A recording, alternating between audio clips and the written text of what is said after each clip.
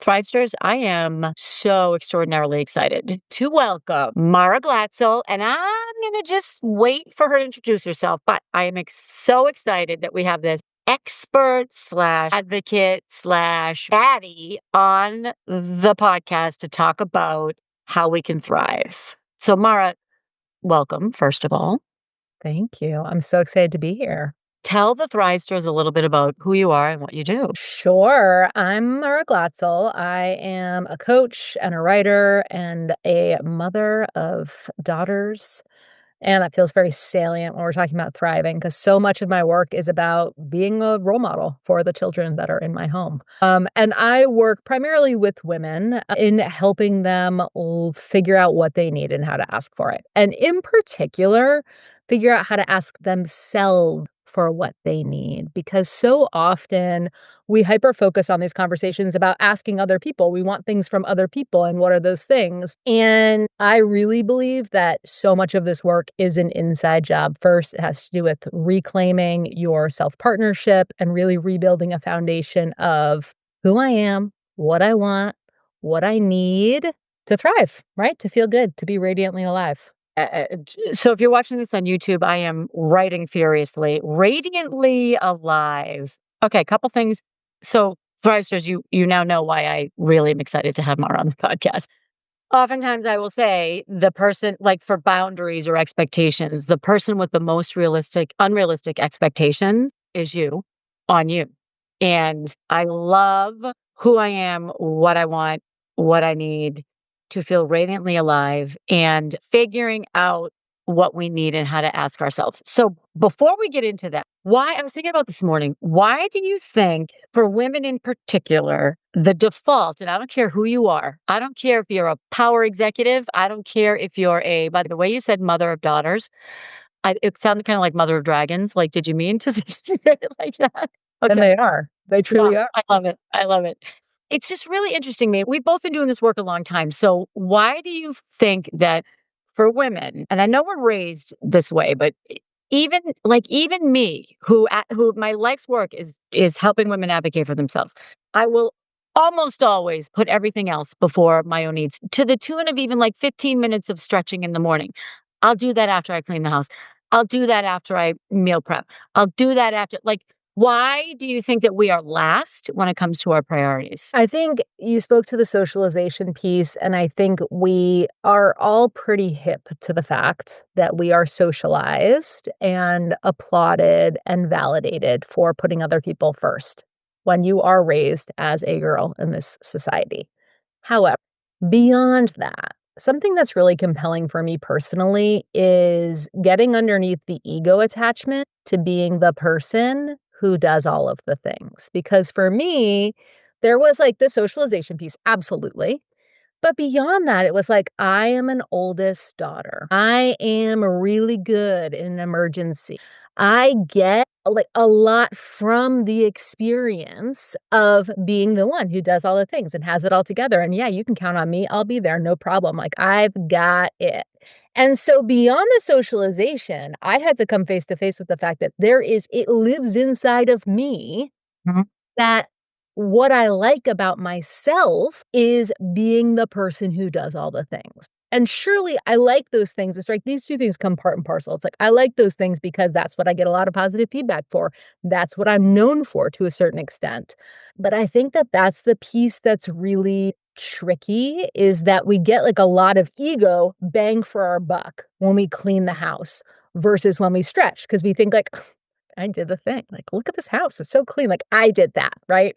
And it is so uncomfortable to instead be like, yeah, I went to Zumba this morning. I didn't even take my kids to summer rec. I let my partner do it. And then I went to the farmer's market and then I just like got some peaches and then I came home. It just doesn't have the same oomph to it. And so it's tricky. And I think the other piece is that because we don't have role models for it, because we don't have lived experiences that really bolster how good it can be to thrive, it feels like Seems like a lot of effort. How much better would my life really be? Is it really worth it?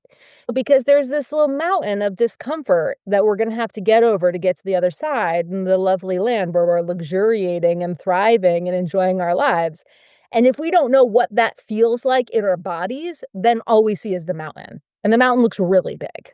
And we don't have a lot of examples of people who are on the other side and they're like, "Yes, the water's great, fabulous, come on over." I mean, I think we're seeing this more and more, but that's tricky, and especially generationally, right? Like, we may have been living our lives the same way for a very long time, and to do anything different is difficult. Look, I came home today. I got a new washing machine. My washing machine broke. My partner was like, "Look, the new washing machine." I'm like, "I hate it." Why?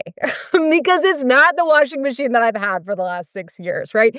It's just that piece of, like, it's different. I don't know, I'm gonna have to expend energy getting used to this new thing, this new Learning. Yep. way of being, Mm. and I think that we are generally, even those of us who say we like change, it's like, it's uncomfortable.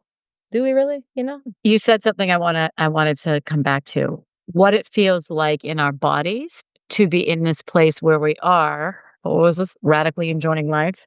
Mhm. Radically alive. So what does it feel like? What does it feel like in your body? So, I have to tell you, it actually feels pretty dangerous in my body. And this again, this has to go back goes back to girlhood for me because I'm a lot of a person.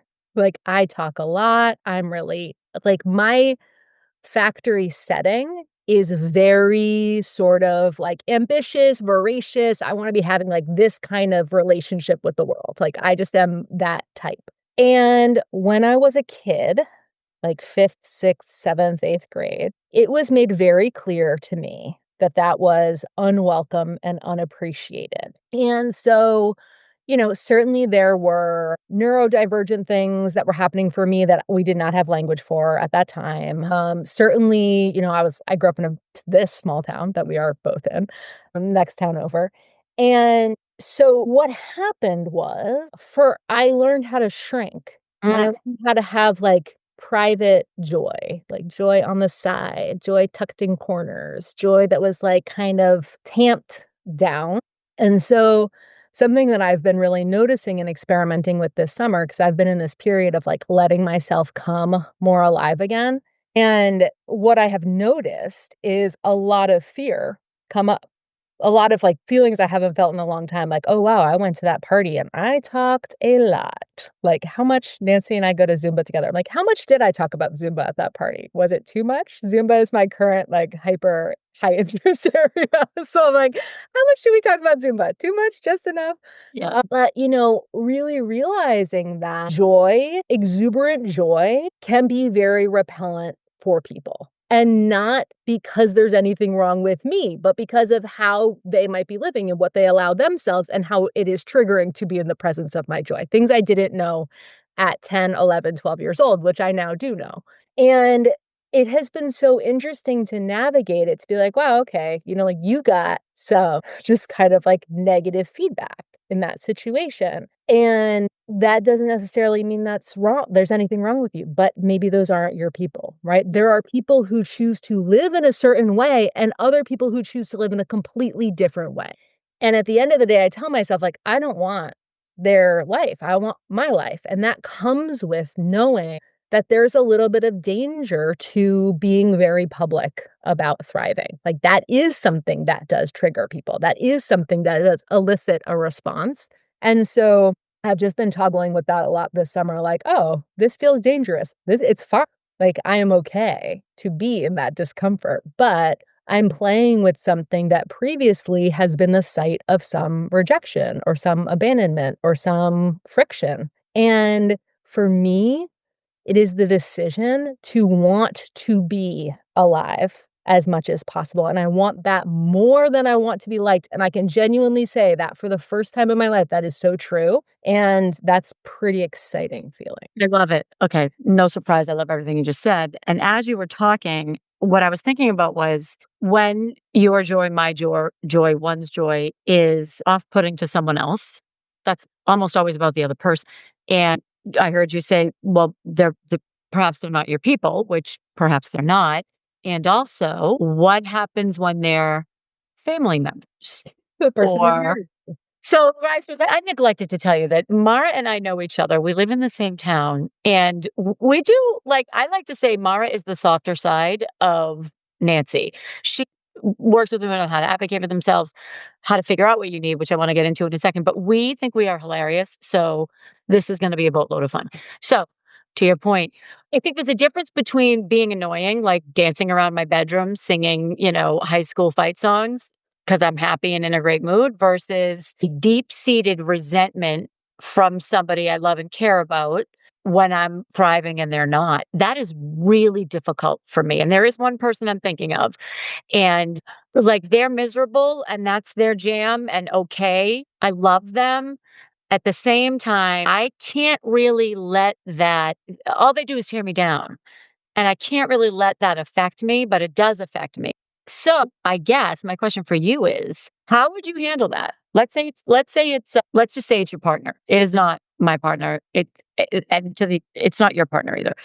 What I'm talking about, because this is like a serious, constantly when somebody just constantly doesn't believe in joy, doesn't believe in thriving, and thinks you're full of shit, right? So how would you help that person come along, or how would you put a boundary around that?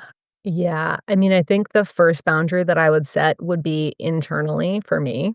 Mm, That is not a person whose beliefs are in alignment with mine.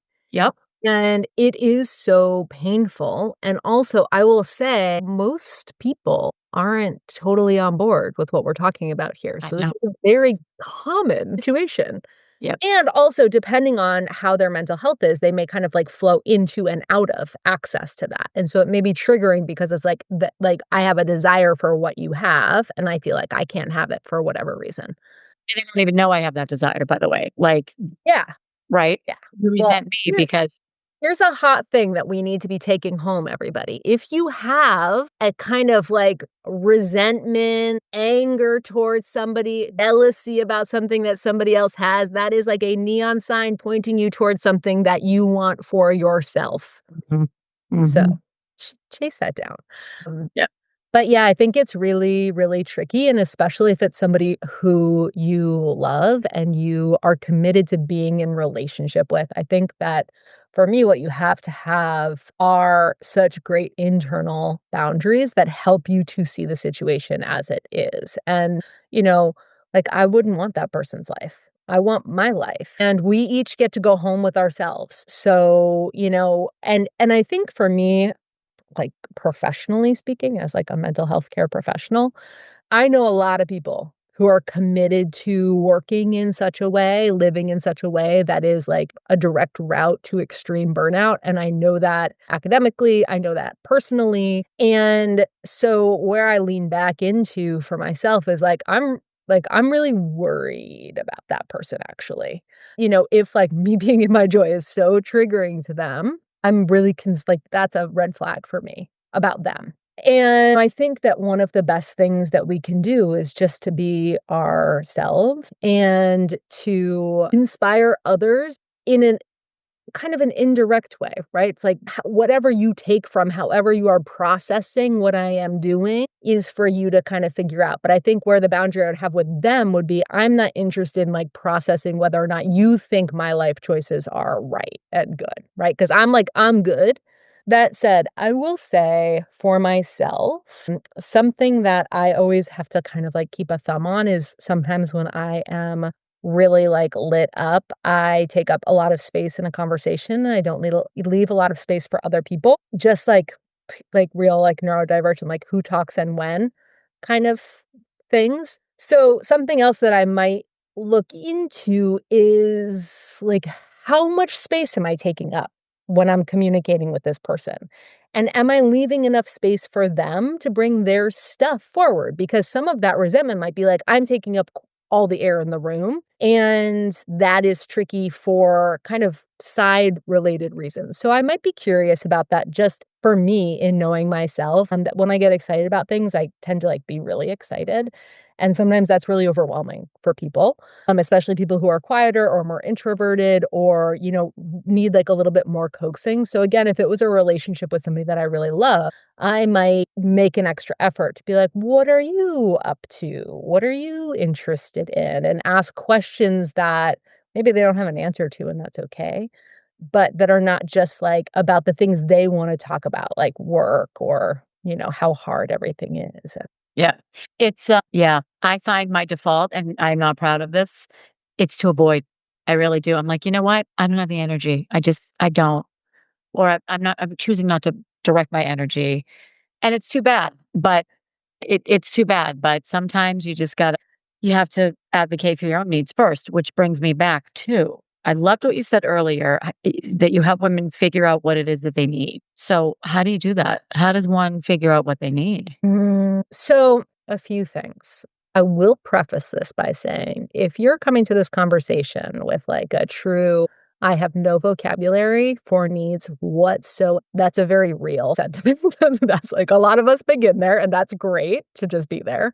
I wrote a book called Needy: How to Advocate for Your Needs and Reclaim Your Sovereignty. And that book has a lot of words. So I'm going to talk about some of this now, but sometimes I find what is really useful is to have somebody go first. Because we might be thinking like, I mean, I remember for myself for so long, it's like people would say, "What do you need?" I'm like, "I don't even know what's on the table. Like, what am I even allowed to ask for? What does that even mean?" Because I was never taught to consider myself. And I was never taught, didn't have any role models for people who had the vocabulary to articulate what they were needing. And sometimes it's easier for us to think about needs in terms of like physical needs. We're all relatively familiar with physical needs. We all need sleep. We all need food. We all need hydration. We all need movement, right? So sometimes it's easier to begin with what is known. It's like anybody with a Self magazine has heard a few things. And that's still around. I used to read that magazine a long I time ago. loved that magazine. Uh, Okay. so those are the things. It's like you need to be drinking more water, probably. You need to be getting more sleep, probably. You need to move your body more, probably, right? Like these are the things that we know. But what is trickier, I think, is the emotional and the relational needs that we have. And so often this conversation is couched in an external lens. So it's like, talk to your spouse about what you need, talk to your friend about what you need. And I find that's really putting the cart before the horse. So where my work is hyper focused is in your relationship with yourself. Like, how are you building out that vocabulary? How are you building out that understanding? And that comes with being, really aligned with yourself instead of what was familiar for me was kind of going back to like that, oh, that sounds hard. I'm going to just self-abandon instead. Or, oh, that sounds hard. If I don't know the answer to the question, like, let's move on to the next thing. And really moving through my life and being curious over a period of time helped me to build out kind of like a personalized library of what I need in certain circumstances. But we're going to keep it really basic. A need is something that you require. And a want is something that you desire. So now people love to do this, putting the needs into a hierarchy, putting the wants. It's like, maybe I can allow myself to have what I need, but like wants off the table. But if we're interested in thriving, wants are really, really, really important. I want to give you a different way to think about this. So the need is what you require. That's kind of like the bucket. And the want is what you desire. That's like the preference. So let's say we're talking about food. What I need is to eat breakfast. What I want is whole grain waffles with mulberry jam and Greek yogurt, right? Yeah. It's Yep. just a simple breakfast. Right. But, so the need, it's like what I need is a feeling of emotional connection with my partner. What I want, how I want to receive that emotional connection is verbally, physically, right? There's all of these different strategies for meeting the need that are on the table. And this is where I think the thriving really comes into play. Because the better equipped that we are to know our own preferences as it relates, to know the strategies that we prefer as it relates to the need itself, the more joy, the more comfort, the more alignment that we are going to experience. So if I think about myself, I am, and I think knowing yourself is a huge part of this, right? So, Huge. like, for a big part of how I understand myself has to do with my attachment style. I'm a pretty solidly anxiously attached person. So my needs for my relationships or Mhm. my emotional needs have to do with like, cool, I can be cool if you go away, but if you tell me when you're coming back. I can be cool to give you space if I know how long that space is going to last, right? Mhm. Like I like I the can be if. I can be cool to have that conflict if, like, at the end, we can do a quick, like, handhold, we're still on the same team, even though I'm super pissed right now at you, but I still love you, right? So, the more that we can understand ourselves and again, like, Mhm. build out that library, and it's like, this is small things, like, what are my favorite color? What kinda coffee do I like? If you think about I don't know if any of you are Runaway Bride fans, The but there's movie? this scene yeah, the movie. There's Great. this scene in Runaway Bride because the whole premise is that Julia Roberts is, like, this serial monogamist who changes everything about herself to be with the man she's with. And so there's this scene where she's, like, kind of getting emotionally sober from this pattern, and she is at a table with all of these different kinds of eggs because the whole, like, gimmick in the movie is, like, "I'll take my eggs how he's having them." So she's having this moment where she's trying all these different kinds of egg preparations and deciding for herself what kind of eggs she likes. And I think that is, like, in a nutshell, what my work is. That's great. It's like I love it. every situation, like, what kind of car do I like to drive? What kind of jeans do I like to wear? Mhm. How do I like somebody to compliment me? What kinda things do I where do I like to go? Do I like to do, like, exciting travel where we're moving around all the time, or do I like to go to a place and, like, really stay there in one place for a period of time, right? Like, all of these minute decisions, and it comes from really taking choices off autopilot and paying attention, like, "Oh, that sucked," or, "I wish I could do things differently next time," and then you can do things differently next time, and with time, you're getting better and better and better at knowing not just what you need, but what those strategies are, what those preferences are for getting those needs met. 'Cause as you were just talking, I was like, half the battle is just being mindful of it, and you said awareness, like, that's it, is being open or listening for or understanding like, "Oh, okay, I just totally put myself on the back burner, and what I would have wanted was this. Why didn't I ask for it? Or how could I have asked for it? Or how could I have advocated for it?" And I would say for me personally, that was a multi-year progression, multiple years, to the Yeah. point where I still slip back every now and then, but it was really interesting. I'm like, "Why am I" the awareness was I'm doing it. I just went that direction when I wanted to go that direction because this person wanted to go that direction, and why did I let that happen? Which is half the battle, just being aware of it, right? Well, yeah, and I think half the battle genuinely is really just getting hip to the fact that, like, you have needs. We all do, right? Because there is this idea of, like, "Oh, no, that Again. those Yep. people have, not Mhm. me, like, I'm good, no problem, I'm I don't fine." need anything. Yep, yep. And so I spend so much of my time being like, "You have needs." And like, it's indisputable. If you Yep. are a human, you have needs, and I think we resist it because we have this idea in our head of, like, what a needy woman looks like, and it's not pretty. And I would say that that picture, it's like, that is the picture of somebody whose needs are not getting met, Right, who right. has become so desperate because for so long, their needs have not been met.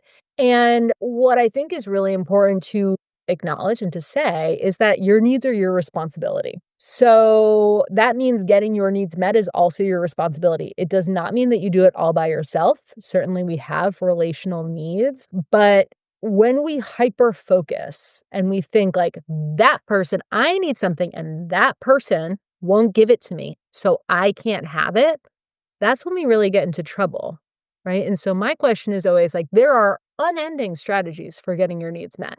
And maybe your preferred strategy is not available to you, but what else do you have? Right? Like, I want connection from that person. Well, there's so many other people who are available and desiring to connect with me, but I'm just like really for it from that one specific place and telling myself that it doesn't exist. And so really understanding that getting my needs met is my responsibility. And if the place that I'm looking for getting those needs met is not available to me at this time or at all, then where else am I going to go? Or am I going to just resign myself to being bitter and frustrated that my needs aren't getting met until the end of time, which is like very much an option on the table that many people choose. But let that not be us. 100%. Totally. So for those of you who journal, if you journal or if you do any, kind of evening or morning journaling, I think a great question to add is, what do I need today? Mhm. And I would keep it simple, saying, what is one thing I need today? Mhm. That's how I would start. Yeah. Well, and, you may need something that, like, is not possible to be met at this moment in your life, and it's still worth articulating to yourself. Right? Sometimes we'll censor ourselves because it's like, I need rest. And I'm in a phase where it's like I'm caregiving or I'm doing, the rest that I need, like the big rest that I need is not available to me. Being honest with yourself about what you need, even if you can't have it right now, is really useful. When my book came out, people would ask me all the time, like, your needs must be met all the time. And I'm like, it's like a pandemic. And I have at the time, like a 2-year-old child. I'm like, most of my needs are not getting met, period. But Yep. having a relationship with my needs is still essential because circumstances change. And then you can start to, it's like, oh, okay, now my kids are older. Now I get more rest. Now my kids are older. They can carry their own stuff. We can do bigger adventures, right? My life circumstances allow for some or different needs to be met. Sometimes we have needs that are in conflict with one another and we get to choose. Like this friend example where this person is really harshing your vibe. It's like my need for connection with this person who's really important to me, and also my need for not having somebody knock me down a peg when I'm feeling really good about myself might be directly in conflict with one another. And you get to choose, right? Right. But having the language, having the awareness of what you need is what helps you make that choice. Sisters, can you see why I'm so excited to have Mara on the podcast? I want to talk about one more need before we get into the topic that I wanted to talk to you about that we haven't even gotten to yet. So, okay, I had an experience where I was working with a friend of mine and she helped me uncover basic need that I had no idea I had, and it was the need to feel safe. So, if you had told me, oh, that's what's driving your behavior, Nancy. It's your need to feel safe. In a million years, I would have said, absolutely not. I feel safe all the time. I blah, blah, blah, blah. I mean, it was deep in there. And when we figured it out, and she's been on the podcast a couple times, she's amazing. It made so much sense based on my own personal history. So, how would you recommend someone listening really gets down to a core need that may be driving their behavior or their feelings or something that they wanna change? Like, is Mhm. there like a magic magic phrase they can use, or a potion or moisturizer or something? Like, how would they start trying to figure that out? Yeah, so I love this because safety is our most primal and primary need. There's a Chapter 2. whole chapter about safety. Chapter 2. Yep. And safety, it's like physical safety and emotional safety are two very different things. And one of those things lives in the nervous system. And so when we start to I was thinking about this. Like when we start to exhibit some truly unhinged behavior, usually it's because there's like a safety need and then a belonging need, which is tied to safety, right? Because if you think about like we're these little babies and we have to be pleasing to our people so that we don't get just like left out in the Fine. woods. Right. Yep. Our need for safety and our need for belonging are like right on top of each other. It's always good to go back to and think about those things, which is why I mentioned the attachment styles before, because I think really knowing, like, wow, okay, when I want to belong, like, these are the things that start showing up.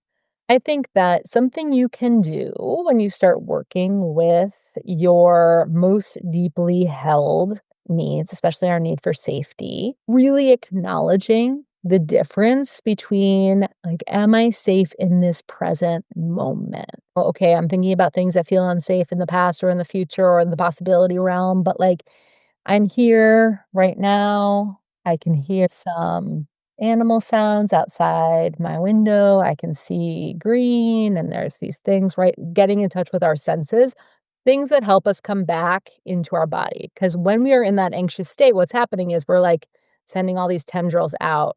We're like running all over town. We're very anxious, and our body quite literally is anxious for the reunification of our mind and our bodies. Bringing ourselves back into the present moment by identifying things that we can see and smell and hear and taste, like in our direct environment, helps us to acknowledge that even though there may be something that is unsafe out there, in this moment right here, I am safe. But I also think having a practice of being in relationship with yourself helps to build that safety. Because for me, part of what was happening is that I was the unsafe thing in my life. Like I was the thing that was abandoning me ever. There was somebody to please. There was something I didn't want to face, right? I was quite literally like jumping ship being my body, because what was happening in my body was either too much or too scary for me. And so the more that we can build that relationship with ourselves, journaling's great. It's like even just once a day, being like, how am I really? I love that. I What do love I that. and I think the other thing that's important to remember is that this rupture didn't happen overnight, and the repair is also not gonna happen overnight. So, you really need to be devoted. I always think about, like, when you have a friend who only calls you whenever they need, like, a couch moved or to, like, complain about something, it's like, it's not a relationship, they just call you when they need you for something. Yeah, yeah. That's how our relationship with ourselves is for many of us, right? It's like, I only turn to you to tell you when you did something wrong, or tell Mhm, you that we need to, like, overhaul our diet, exercise, yada, yada, yada, because mhm. something's displeasing. And so when you start calling yourself up, i.e., doing your journaling sessions, the first couple times, yourself might not be trying to pick up that phone. So maybe like, okay, like, what does she need today? What's she gonna Yep. be up to today? And so this rebuilds with time. It rebuilds with curiosity, just like we would repair a relationship with somebody else. We might have to prove ourselves like, yeah, you're right. I did abandon you a lot of times, and I'm trying to do things differently, and I can't promise I'm gonna do it perfectly, but I'm here, and I'm willing to do the work, and the work is really just, like, how are you? It's been in my journal. I make my own journals, Yeah. and for I'm talking a couple of years, I stopped doing it, and it had a very significant impact, so I'm back to doing it again recently. First question is, how do you wanna feel today? I think that's what it says. How do you wanna feel today? How do you feel, and then how do you wanna feel? Yeah. Okay, great. And how long does it take me to figure that out? I feel tired. I wanna feel okay. Well, I think that we have this, like, false belief that because we are inside of our bodies all of the time, that we are connected to ourselves all of the time. Mm. And I think we all know that you can go for days, weeks, months, even years without connecting with yourself. And that just being kind of along for the ride isn't the same thing as being an intentional and active participant in your own life. And so, if the journaling is your thing, I think it's a great vehicle because it allows you to write things down that you maybe didn't even know that you thought or felt. Yes, and for me, it helps me I don't love the term unpack, but it helps me unpack everything that's in my head. It's in paper, I can move on. I also find it helpful every now and then I'll go back to one, Mhm. and I'll be like, "Whoa," like, "Well, that explains a lot." And when you're in it, you're in it. You don't necessarily always have the perspective. I'm just really glad I went back to it. Before we run out of time, I did wanna talk to you about the subject that I wanted to talk to you about. So, Mara is on Instagram. Her handle's gonna be in the show notes. By the way, she's on Instagram until she goes inward in the winter and says, "Peace out, everybody," and goes away for, like, 2 months, and doesn't lose any followers. I'm like, "Oh my god, would I love to do that. Just peace out." It's winter, I'm hibernating, gonna be over here sipping my tea and in front of the fire and peace out, people. I love that. I love that. But I digress. You came on and you were talking about toxic productivity, and I love this. And this ties back to what we were talking about in the beginning, which is this ego associated with I do all the things. I'm the one that does all the things. I have to do all the things. No one else can do them, maybe, or no one else is going to do them as good as I can do them, or no one else is going to do them in a way that I'm okay with. That's a whole other thing. Brutal. And this go, go, go, go, go. And this timing is perfect because last week it was my birthday and I took a week off and I forgot I took a week off. And because I forgot I took a week off, my calendar was wide open, wide open. And it was believable. It was, I mean, I had nothing on my schedule. And the joy of the absence of pressure to do anything, the ability to do whatever I want or do nothing, it was fantastic. And I've been writing about it, and I think I talked about it last week on the podcast. Anyway, this idea that the more productive I am, the better person I am, or the more productive I am, the better everything's gonna be. Like we have to just stop. It's really sabotaging our own happiness. Mhm. Mhm. Mhm. So thoughts on that? Yeah. Yeah. So, toxic productivity culture is really pervasive and really seductive and has a lot more to do with other damaging systems of oppression than it does with like cute planners or anything else. And so I really like to think about it in that context because it helps me to understand like this is like a nicely packaged thing that is actually very harmful for me, Mhm. for my relationship with myself. I can see it much more clearly if I think about it, for example, like as in relationship to the diet industry. Like toxic productivity culture, the idea that like better, better, better, better, better is always good by all means necessary. Your value hinges upon your productivity, your tangible output.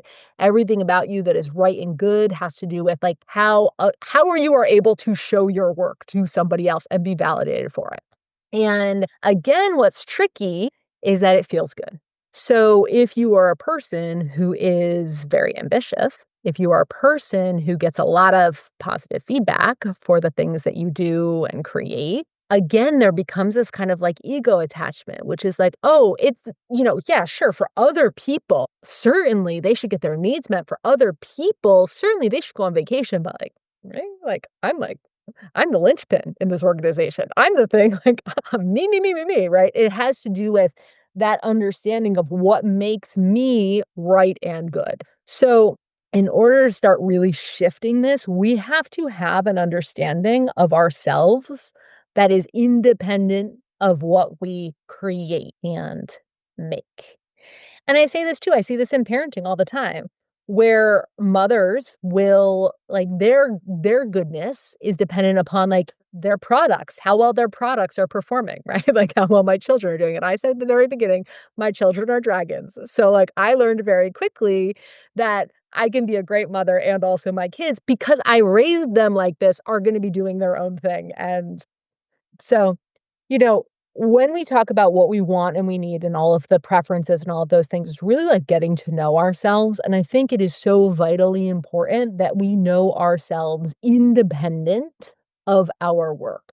So, if you were to meet me and you were to ask me what I like best about myself, I might tell you that I am a fantastic French braider, or that I throw a really good party, or that I am really invested in community to the point where, like, I love to be the point person for things that bring our community forward, so our community, right? Like, I might tell you about things that have to do with me versus, like, I did a thing the other day, I couldn't even remember the title of my own book. It was like a comedy sketch, and that's that is how sort of, like, divorced from these external things I have had to become because for all of my life is, like, really driven, really, like, smart person, very ambitious, always, like, leading the group project, always delivering the deliverables on time or ahead of schedule and perfectly at whatever cost to myself. Like, I loved being that person because being that person made other people love me. But this question is really, what do I love about myself? Do I love that I'm, like, meeting deadlines? Do I love that I have a problem where I can't make something like a PDF unless it's absolutely perfect because I'm super neurotic about that? It's like, is that really about me? And so when it comes to toxic productivity culture, the idea is always like that the end thing is the most important part. And if we're thinking about thriving, if we're thinking about breaking out of this pattern where my needs sit on the other side of this end thing and always another end thing, right? We have to consider the journey and not just the destination because we live like 99.9% of our lives in the journey. Right. So when I'm teaching about sustainable productivity, I'm always thinking about how can I approach my work in such a way that it is as enjoyable for me as possible, in a way that it is as livable for me as possible. So that even if, you know, I don't know, it takes like a little bit longer to deliver the thing, the experience of making and creating the thing has not contributed severely to my burnout at like worst, but maybe even positively contributed to my life at best. So if we're thinking about thriving, like we really have to consider that journey, which is how we are approaching things. And making shifts here might be committing to less things. And that it hurts me to say that as much as it hurts you to hear it. Um, I love it. I do. Committing to less things, but most importantly, making tandem commitments to ourselves. So, what I think about is with everything I commit to, I'm also making a commitment to myself for what I need in order to be well while I'm doing it. So, I'll give you an example, which is I'm like revamping my business. And I'm revamping it in August. It's like not ideal timing. Or is it? I don't know. And so I asked myself, like, okay, this is like a fair amount of work. I'm creating a new course. I'm going to be launching it. I'm kind of like reconfiguring how I offer things. What do I need in order to be well in it? So, the number one thing I know I need as a solo entrepreneur is people to hang with. So, I recruited both two clients who know my work really well to like bounce things off of in kind of like a market research way. And also my favorite copywriter who I worked with, she like supported me with some book midwifery for my book, and also my favorite web designer who I've known for a million years.